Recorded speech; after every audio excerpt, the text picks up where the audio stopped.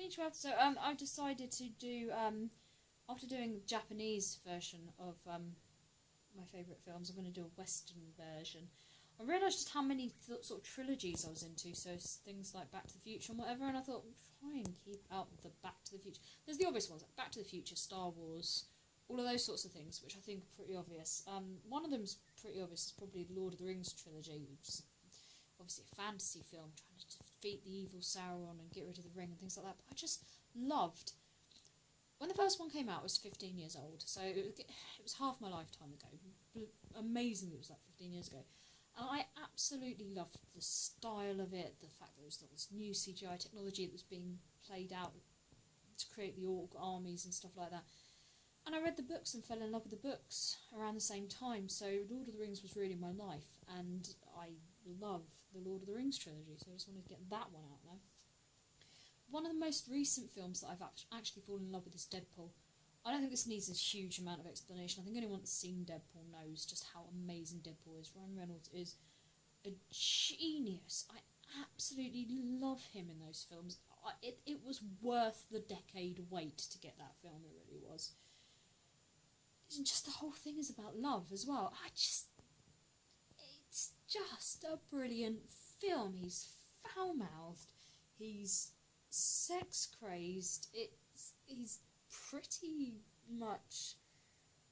I think Ryan Reynolds has said that Deadpool, Wade Wilson, is bisexual and stuff like that, and he's just like the most wonderful human being to watch, and I think we'd all wish we were a bit more like Wade Wilson.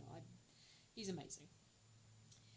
Another film that I absolutely love, one of my all-time favourites, is With Nail and I, which is the narrator, the I character, tells the story of two struggling actors in 1969, and it's just the most wonderful snapshot of life. The decade is coming to an end. Everything seems to be crumbling around them. Quite literally, they're living next to a demolition site in London, and they decide to, on a whim, go on holiday. And just the relationship between the two characters and Uncle Monty, of course, you have to love Uncle Monty. It's probably one of the most quotable films of all time as well. Everybody knows the scene in the tea shop, demanding to have some booze and finest wine is known to humanity. It's just beautifully written, it's beautifully shot. It was Handmade Films, which was George Harrison, who was in the Beatles. It was his production company at the time. So, of course, you do get the odd Beatles song that you hear in there, but you can't. The soundtrack itself is just incredible. It's Beatles, Jimi Hendrix, it's all those amazing artists from the late 60s which just really set the tone of the piece, and it's just so natural looking. It's beautifully filmed. I love it. It will always be something that I could watch again and again and again, and there's nothing like snuggling up on a Sunday afternoon, pouring down the rain outside, bottle of red wine, watching With Nail and I. It's the only way to watch it. It's absolutely perfect. It is the perfect film. If I had to pick one film, absolutely only one film that I could watch for the rest of my life, it would be With Nail and I, without a shadow of a doubt. And there are some brilliant films that I absolutely love, but With Nail and I, whatever mood I'm in, it's perfect. It's the perfect film. One of the films that I've been watching ever since I was a little kid, and you're going to go, huh, at this, but it's true. Rocky Horror Picture Show.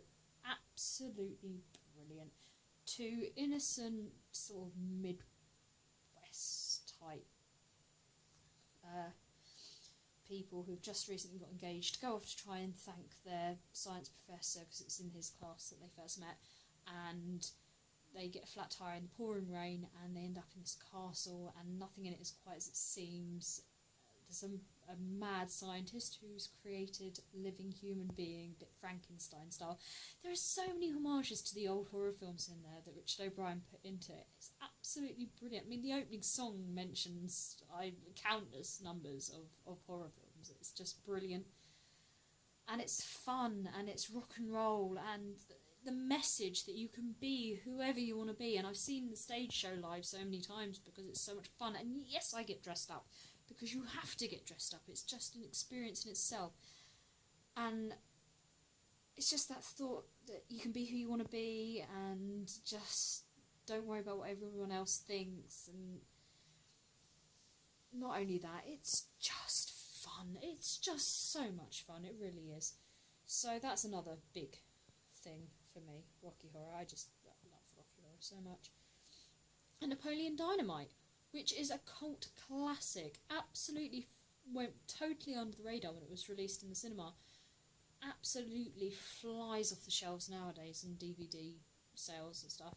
It is incredible. It's just such a nice film. It follows Napoleon Dynamite and his couple of friends and his immediate family members and stuff, and it's just funny. And again, it's very quotable, but it's just, there's a nice innocence to it.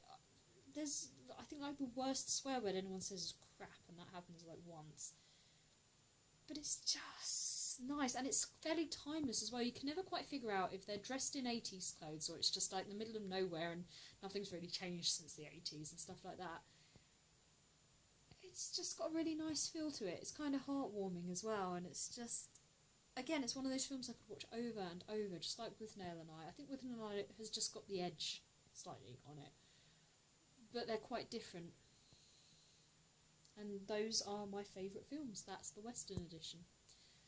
I don't know if you've seen any of those films, if that's inspired you to go and see any of those films, but at least for now, those are my favourite films. So no.